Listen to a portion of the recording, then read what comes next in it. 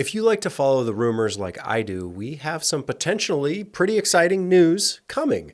Panasonic has registered 2 new camera models in China.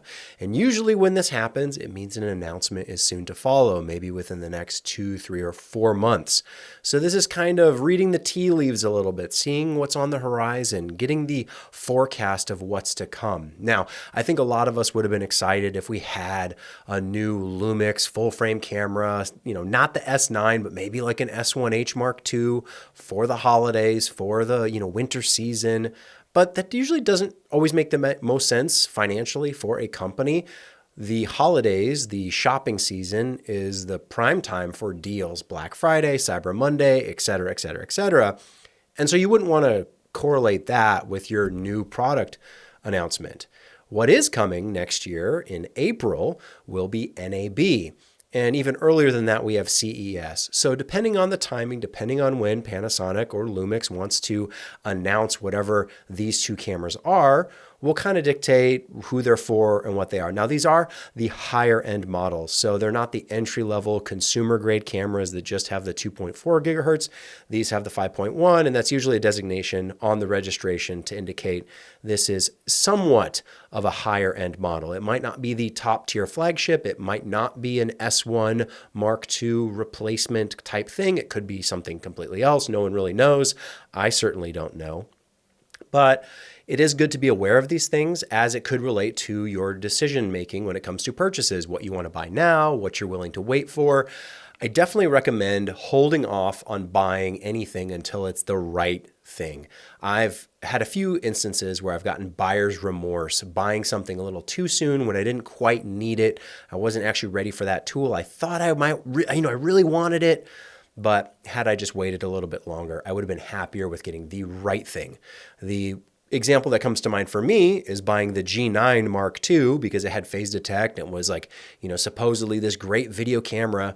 But then, the GH7 comes a little bit later. And had I just waited and skipped the G9 Mark II, I probably wouldn't have been quite as irritated with the overheating problems of that camera. Now, granted, this is off topic, but people say it's a photo camera, so I get it. Everyone's got their own opinion. But for me, had I just waited a little bit longer, not gotten the G9 Mark II, I probably would have been happier overall. I still have the G9 Mark II, and it's become my indoor camera. Like you have your indoor pets or your indoor plants and your outdoor pets and plants. Well, the GH7, because of the thermal management, it's great. You can shoot outside all you want, but also the S5 Mark II also has thermal management. It's got some fans in there, so that works quite nicely outside as well. The G9 Mark II, got it, tender, it's kind of more delicate. It likes some love and attention. But anyways, let's talk about what's new, what's coming, potentially as early as maybe January, February, March of next year, maybe April around NAB time. A lot of hope, a lot of speculation that this could be an S1H Mark II. Of course, I think that's what everyone's most excited for. When you look at the comment section, when you look on Reddit, everyone seems most excited for an S1H Mark II. S1R Mark II definitely has some probably fans out there. An S1 Mark II, maybe equally, a fan base for that type of camera. But the S1H, for whatever reason, just stuck in people's heads. And I think it's the hybrid component of it. Because when you look at the S1, the flagship, the pinnacle of Lumix, L-mount, what they're offering, this is quite a bit dated now. These cameras came out, I think, in 2019. That's like 6 years ago, practically. We're almost at 2025. So when you're looking at the S1, the S1H hybrid, the S1R, R for resolution, you've got these 3 flagship models that are quite old, quite dated now. They're still great cameras. You can actually find them used. One interesting thing to note is that the S1H is now discontinued over on B&H. Same thing on Amazon. If you search for the S1H on B&H or Amazon, it doesn't come right up. You have to Google search it instead to actually get the listing. Now, of course, you can find these cameras used, and you can actually get a pretty good deal. I think on B&H, they have them here for like $2,000 for an S1H. Incredible camera. I think you'll be happy, but of course it's missing some of the newer, more modern technology. Phase detect, Lumix finally got phase detect in their cameras, and the S1H doesn't have it. So if we were to see an S1H Mark II, I would hope to see it has phase detect. But I'm a little crazy. I'm a little wild. I'm gonna think a little bit outside the box, and I'm gonna say if we have two registered models coming up, And if they are in this category, replacements for the S1 line, which I think they would be smart to do at this point in time. Any longer, and man, it's a lot of pain and suffering that you're making us all go through waiting for these cameras. If there are replacements coming for the S1, what's to say that Panasonic, Lumix doesn't decide to do what they did with the S5 and do the S5 Mark II and the S5 Mark II X? They do the same thing for the S1. What if it's just an S1 Mark II and an S1 Mark II X? I have no idea if that's true or not. This is just me kind of wild, coming up with some wild, crazy ideas, but they did it with the S5. And I think this would actually make a lot of sense. If we have two registrations coming up, if they were announced around the same time, and one was just an S1 Mark II and an S1 Mark II X, that would actually kind of help simplify things. I think the designations of S1H, S1R, S1 can be a little bit confusing from an outsider's perspective. Every company does it a little bit different. This is nothing against Panasonic and Lumix. Sony has their own designations where single numerical digits, that means it's a full frame. If it's got double digits, like the FX30, that's an APS-C camera. Canon does its own weird stuff. They got the R5 and the R6, which are full frame, but then you get like the R7, which I think is APS-C, and the R8 might be full frame or APS-C. It's hard to tell, and it's kind of confusing. That comes from the days of Canon doing the 5D, which was full frame, and the 7D, which was APS-C, but then they also had the 60D, which was APS-C. So it's a little bit confusing. It's hard to follow, especially if you're trying to keep track of Nikon and Panasonic and Canon and Sony and Blackmagic and who's doing what. All these cameras have different, I think Blackmagic's onto something. Just give it a name, like the Pixis. Everyone kind of knows what that is. Or do it like the Apple route, where it's just every year it's but like this year's edition, the 2024, the 2025. I don't know that there's a right way or a wrong way, but I think it can get a little confusing for your general public, your average consumer. I saw a comment recently on one of my videos that someone didn't even know a GH7 was out. I guess it didn't make that big of a splash. But yes, there's a GH7 now with phase detect, with 32-bit float audio, with all these great, wonderful features that people have been asking for. So I think it would be kind of interesting to play around with this X variant model. I like the blackout look. I think that's a cool aesthetic for your camera to have all the logos and everything completely black. And if the X designation meant those high-end video features, I think you could take it a step beyond what they did with the S5 Mark II X. Because really the extra features like raw HDMI, recording over SSD, some wireless, IP, Wi-Fi or wireless connectivity, you can get stream from it.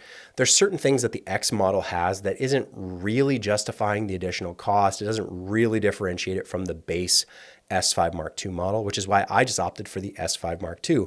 Figured I'd save some money. I don't really need those X features, so why bother? But let's say they were smart. What I think is smart. This is kind of what I would do. Make an S1 Mark II. Simple. It's the S1. It's the Mark II version. Just like back in the day, we had the 5D, the 5D Mark II, the 5D Mark III. Simple, clean, easy. Get the S1 Mark II out. And then for us video enthusiasts, make it a truly video-centric camera in the S1 Mark II X. Have that X mean something substantial, something of value. How about something crazy, but an internal ND filter? How about on the X model, you have that one can record 32-bit float? How about on the X model, you give us those extra bells and whistles when it comes to video features, more of like the hybrid mentality, but you ditch the H altogether.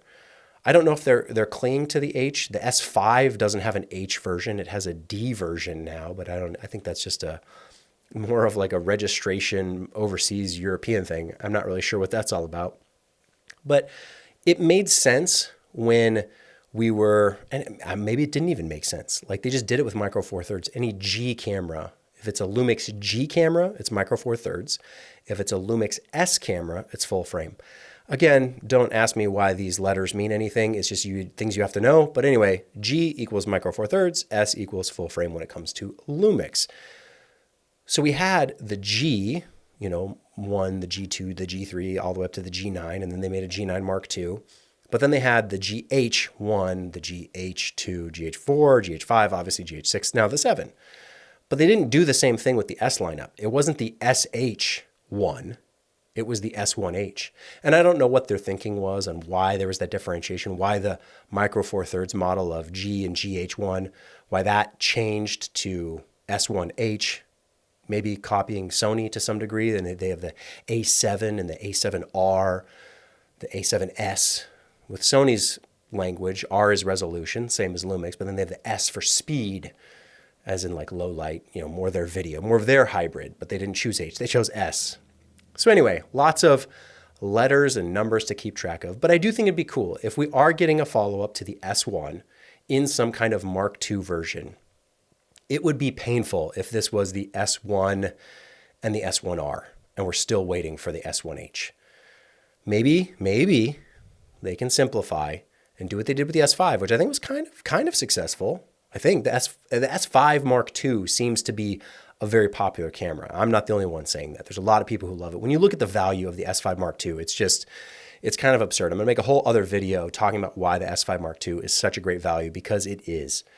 It is dirt cheap relative to everything you get, and it does come with some compromise, right? It's not the perfect camera, it's not the best camera, but the value that's provided in the S5 Mark II means that it's become quite popular. There's a lot of people who have switched away from Sony or Canon, or I don't think people switched away from Nikon, but maybe some of you are out there. A lot of people may be looking to maybe go Nikon, because Nikon's got some really cool features now in the Z6 Mark III. Is that what they're on? They got the Z8, the Z9. I heard someone told me they put shutter angle in the Z9. Good for you, Nikon. If that's true, good for you. But let's see what they do. If Lumix can roll out an S1 Mark II and follow what they did with the S5 and do an S1 Mark II X and actually go heavy with those video features, the stuff that gets people excited. I'm not the only one talking about internal NDs, talking about a true hybrid, a camera, because we're there. We have them. So just keep pushing. Push on that forefront. The GH cameras are so successful because of that hybrid mentality. And people will say, oh, the high-end cinema market and cannibalizing this and da-da-da-da. Yeah, Sony's worried about that. Canon might be worried about that. Panasonic, they don't even make the VariCam anymore. I think the VariCam and the Lumix teams combined a few years ago, if I'm remembering correctly. So there's no high end for them to protect anymore. At least I don't think. Publicly, it doesn't seem to be the case. So if they're not worried about cannibalizing their own cinema cameras, well, then make a move and cannibalize everyone else's. Nikon bought Red. Okay, well, maybe they got some cinema cameras coming from Nikon. Who knows? We'll have to wait and see. Blackmagic is killing it with the Pixis. There's tons of hype around that camera. Lots of people who want that $3,000 cinema beast. Let's get a $3,000 ultimate hybrid, because guess what? I don't want to take photos with a Pixis. It doesn't have, as far as I know, it doesn't have good autofocus. It doesn't have IBIS. They took away the internal ND filters. I don't want to take a photo with a Pixis. I might shoot video with it. It probably makes a very pleasing filmic image. But let's get some really good hybrids with some really killer video features, film features, cinema features, and go cannibalize Sony's market. Go cannibalize what Red no longer exists, or whatever's left over there. Like, you have these Lumix cameras have been so powerful for so long, and all it takes is that push to do something a little bit edgier, a little bit crazier, a little bit outside the box, which all this stuff is possible. I don't think anyone's asking for, fantasy features, the impossible, physically impossible things. It's just the intent to put it all in one box, one machine.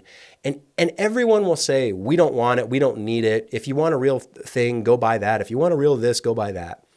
But everyone's so quick to say that when they don't have it. The moment it comes out, then all of a sudden it gets, everyone gobbles it up because they love it. At least, maybe I'm the only one. But I think if you're going to refresh the S1 lineup, sure, come out with an S1H Mark II. That's what everyone's excited for. That's what everyone's been waiting for. But just make sure it actually is worthwhile.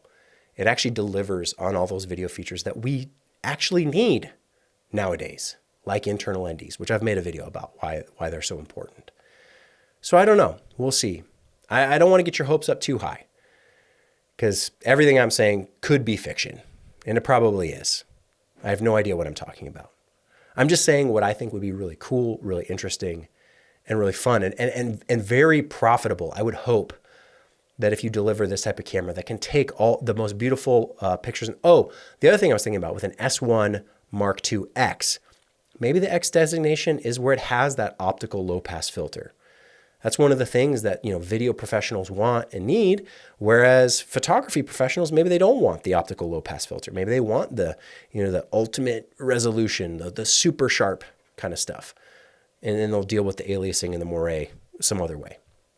But for video people, maybe the X means it has the optical low pass filter in addition to NDs, internal, or 32-bit float, however they handle it. Those are the kind of video-centric features that I think would get people excited for an X designation beyond just, hey, the logo's black, and hey, you can do RAW over HDMI. Nice features, happy to have them for the people that they're meaningful for.